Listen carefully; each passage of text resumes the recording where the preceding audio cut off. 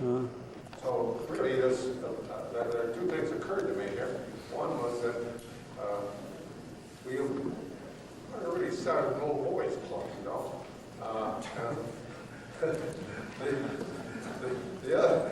The other is that, well, we're here to pay honor to John, a good friend, and very productive citizen over the years. Going back to about 1950, and the decade of the 50s into the 60s, the catalytic community was religiously striving to interpret the changes in rate that one gets in catalysis when one changes from one metal to another, or when alloys, say copper with nickel, in terms of electronic factors and geometric factors.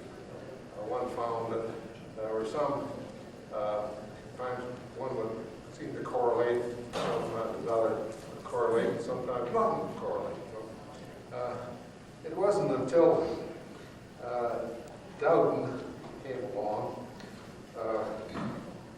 and published his paper where he presented a theory based on the prevalent ideas in solid-state physics at the time, and tried to rationalize some of this. And let's take a look at some of those ideas to start off with.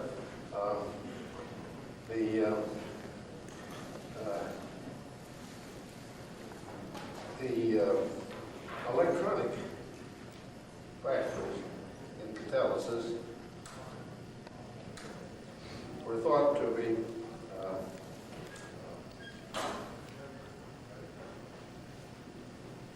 discussable in terms of the D-band filling of the D-band. Having escaped notice that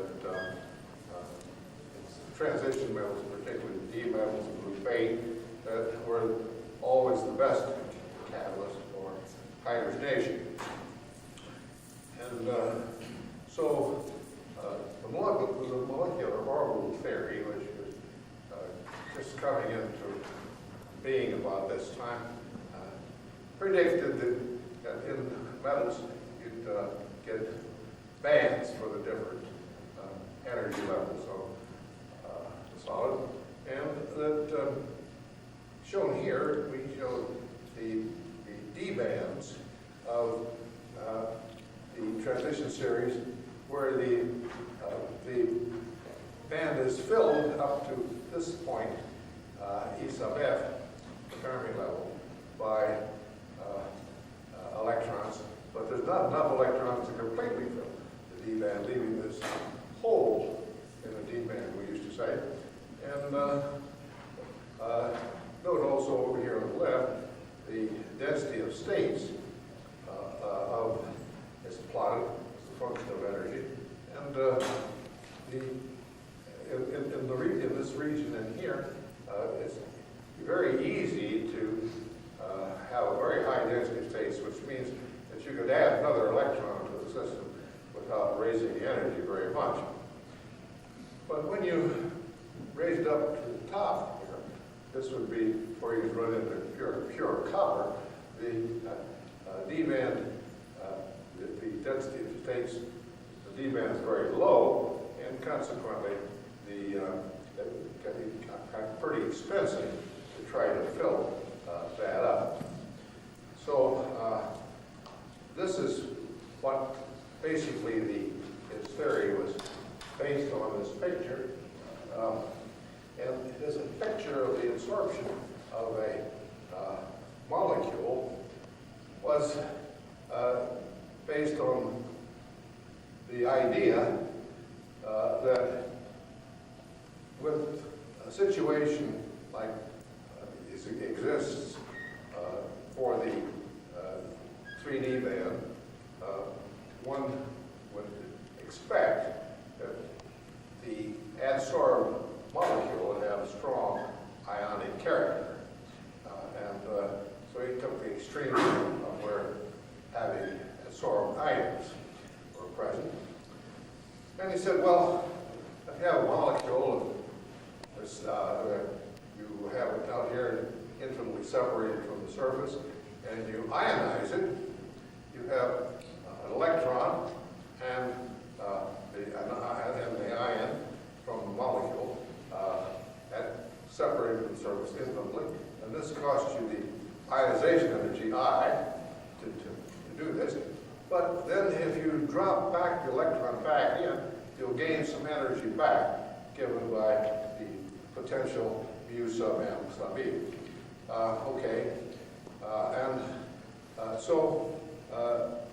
Then if you bring the ion up to the surface containing this extra electron, you'll gain back a lot of Coulombic energy, and you'll fall into a potential well here, which represented the chemistorm ion. Now, you don't have to get to this state by this circuitous route. You could just physically absorb a molecule, and if you vibrationally excite it up to enough energy till it gets to the point where the curves cross, you can drop the molecule, including the electron, into this well, and the electron presumably going into fill the D band. So the activation energy for the reaction would be this delta F dagger. Now, as you put more and more of these in, I stays the same, but the potential mu gets smaller because the D band is filling, and you don't get as much energy back. So this raises this up, and consequently would be expected to raise delta F dagger up, which would increase the activation energy. And Dowden said, well, that's fine, that's what catalysis is supposed to do. It's supposed to lower the activation energy for the reaction to make it possible. So, in summary then, of the Dowden approach, 1947 to 51, in the chemisorption of a substrate with the metal having an unfilled D band, electron transfer may be expected, leading to a bond having strong ionic character. In general, you can write down the rate R of a catalytic reaction as a rate constant multiplied by the concentration term raised to various powers, power rate laws. Also, K should be the controlling factor, he thought, and it can be written as an Arrhenius function. Am I interfering with my figure? Okay.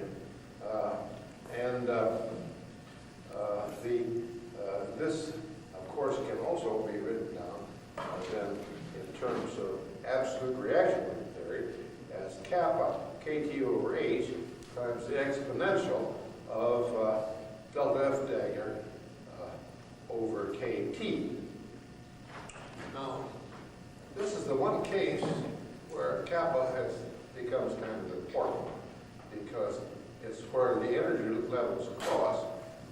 Kappa measures the efficiency of going from one energy curve over onto another. And so that's bound to be important. You can also, for convenience, divide delta F dagger up the free energy term into the entropy term and the absolute energy, enthalpy term, internal energy, which is what is plotted on the previous graph. He then proceeded to try to analyze these things, and he concluded that the exponential term, we're bound to outweigh practically anything else, he thought. And the enthalpy term, which would go into the frequency factor, was going to be relatively unimportant. He had no comment on Calvin. Well, it's generally supposed that catalysis actually occurs by lowering the activation energy for the overall reaction.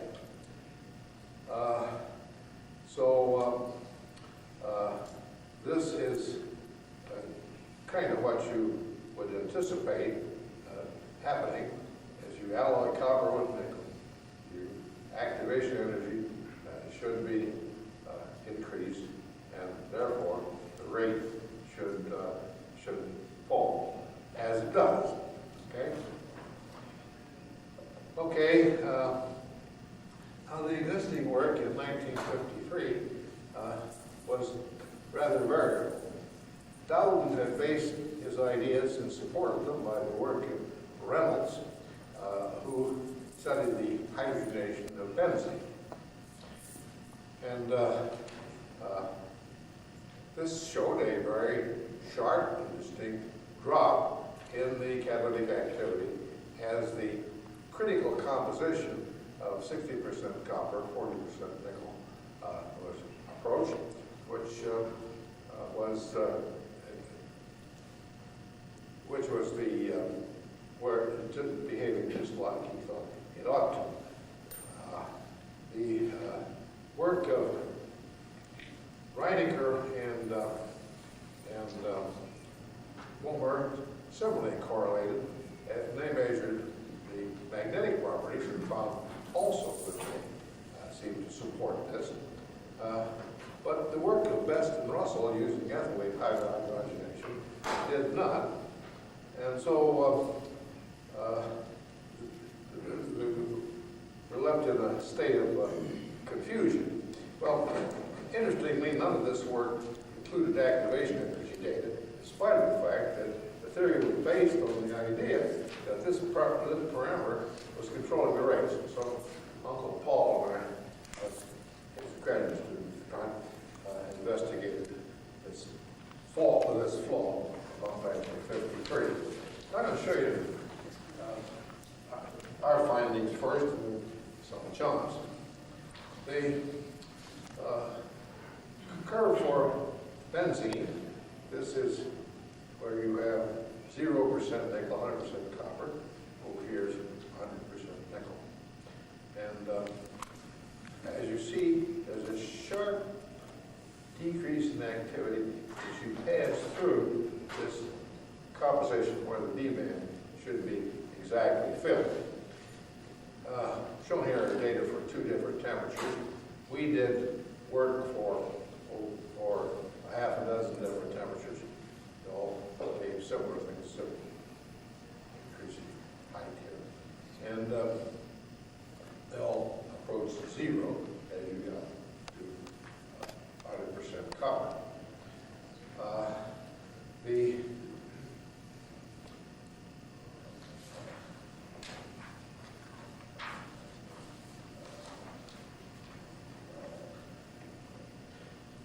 That allowed us to determine our activation data, which is presented here. And here's where we got our first shot. There is not much change in activation energy over a range in the nickel-rich region. But as you approach the critical composition, the activation energies ought to go up. Instead, they go down, which is contradictory to the theory. We then studied the hydrogenation of ethylene over these catalysts. And we found, as did Best and Russell, that they paid absolutely no attention to where the D-band was filled. It just went merrily by. And shown here are data for what we call the helium-treated catalyst at 350 and helium-treated at 250. And what that means is one starts out with a mixture of basic carbonates of copper precipitated mixture of basic carbonates and reduces them with hydrogen at a variety of different temperatures. Around when you get up in the region of about 300 to 350, the reaction, consumption of hydrogen ceases completely. Raising the temperature doesn't do any more good. So the catalysts are presumably completely reduced. We have two choices here. One is you can flush out the hydrogen or helium and cool down the helium, or you can just plain cool down the hydrogen. And the actual results you can see here, if you flushed the catalyst out at 350, you got a lower activity than if you flushed it out at 250. And if you didn't flush it out at all, you just went down to the reaction temperature in the hydrogen reducing, well, you got this curve here, which had a higher activity than any of the others. We didn't really understand this at the time. We said, call this a hydrogen promoting effect. And it was, as I'll show you in a minute, rather strong. The activation energy data for these ethylene were all about the same, regardless of how you pre-treated them. And even though you got these rather large changes in catalytic activity. So you can see, by this time we had quite a mess on our hands there. And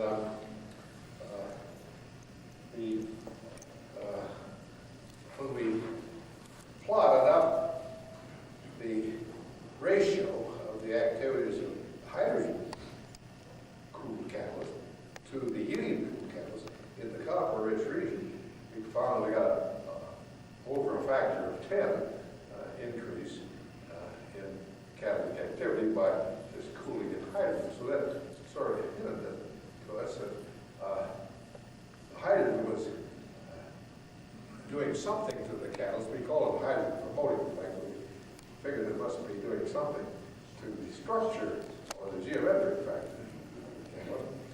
And it wasn't until, maybe 15 years later, when it became possible to determine the surface composition of the alloys, one found that the surface composition was actually enriched in nickel by pulling it out of the bulk into the surface layer, so that you no longer had the bulk composition in no way correlated with the bulk composition. And so this meant that the general ideas of Darwin, which were based on bulk catalysts, bulk metal, no longer apply. Could be applied. Well,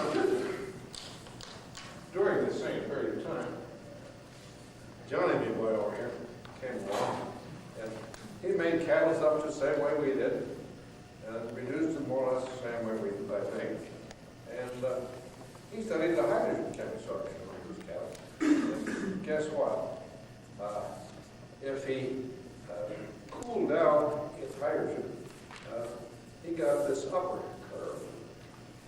The residual amount, this is what will not flush out.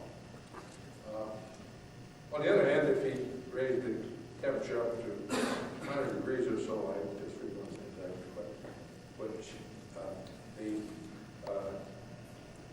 the hydrogen is much more, we have much less hydrogen. So this would correspond really to our helium-treated catalyst. This would correspond to our hydrogen-treated catalyst. Moreover, note that these have long regions of fairly flat regions, which suggested, I think, to John, that probably the surface composition was fairly constant, even though you were changing the bulk composition. So, the story went on. Well, John Mack pointed out that all the reactions that have been tested up to date on alloys had been hydrogenation reactions. He said, well, we ought to try something different, so let's do hydrogenolysis and dehydrogenation. So he carried out these experiments. This is the slide Boudard showed this morning, the famous slide, where the cyclohexane, and we're going through logarithmically here, 10 to the 4, 10 to the 5, 10 to the 6. Essentially, no change in the logarithm of the rate over a main, a long region of composition, bulk composition change, and the rate was fairly high. On the other hand, with hydrogenolysis, the curve dropped off by orders of magnitude as copper was alloyed with nickel for hydrogenolysis. Now, the activation energies for the cyclohexane dehydrogenation weren't really measured. They were all carried out at about the same temperature, 316 degrees C, whereas the high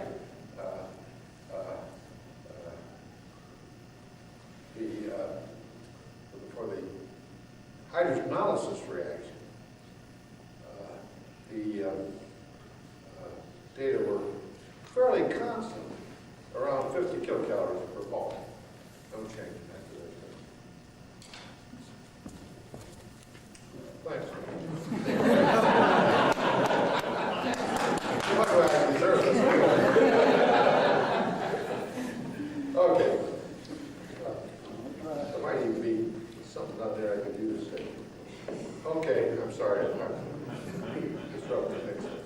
Well, anyway, the other point was that John found a negative partial pressure dependence on hydrogen for hydrogenolysis, which suggested to him that you had to remove a good bit of hydrogen from the ethane before you could break the carbon-carbon bond, and then you could put the hydrogen back and form methane. You see that these earlier ideas, no doubt, it became kind of without existence. Oh, okay. I only have 30 seconds to slide. Well, blame it on George. Anyway, just a quick look at the characterization that John gave his catalyst. He found that the lattice parameter versus composition followed Vegard's law pretty closely. In fact, these points of little negative deviation in the center of the composition was similar to something we found also. John also measured the magnetism and normalized them to the magnetism of pure nickel. And see how nicely this goes right now? At the critical composition, the magnetism is all gone. And that's okay, because magnetism is measuring a bulk property, not a surface property.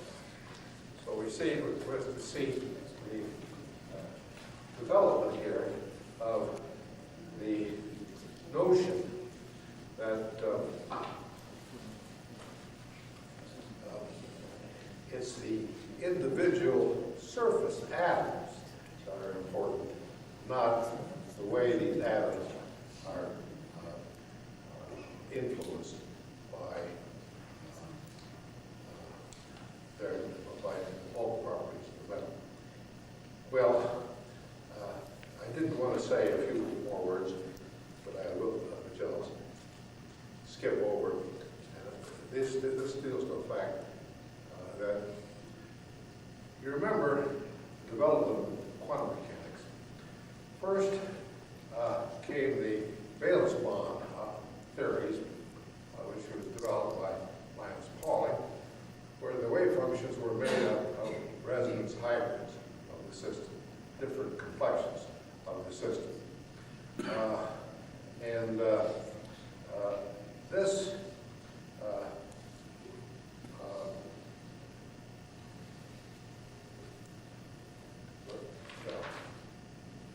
I'll just put this up. These different hybrids were made up where you had different degrees, different numbers of bonding electrons, and different non-bonding electrons in the d orbitals. And occasionally a vacant orbital, which would allow for the electrical conductivity. You can see from these that the percent D character is just given by the hybridization, by the hybrid that you're using. D2sp3 would be 33% D character, and D3sp3 would be 43% D character. And well, both of us went through this kind of a calculation, trying to determine what the percent D character would be on these various alloys. And so to complete things, I'll just put up John's plot of the percent D character against composition. And I should say here that when you applied these earlier to pure metals, you got some fairly good correlations.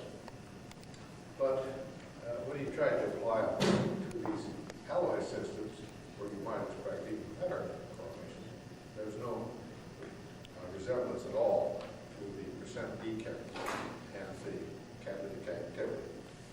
So you see, all I've done here then is amplify on Udar said this morning.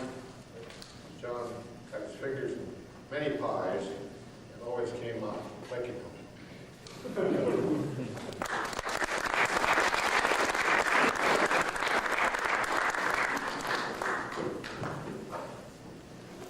Thank you very much, Keith. And in the view of the time, I think we'll just go on to our next speaker. Oh, my.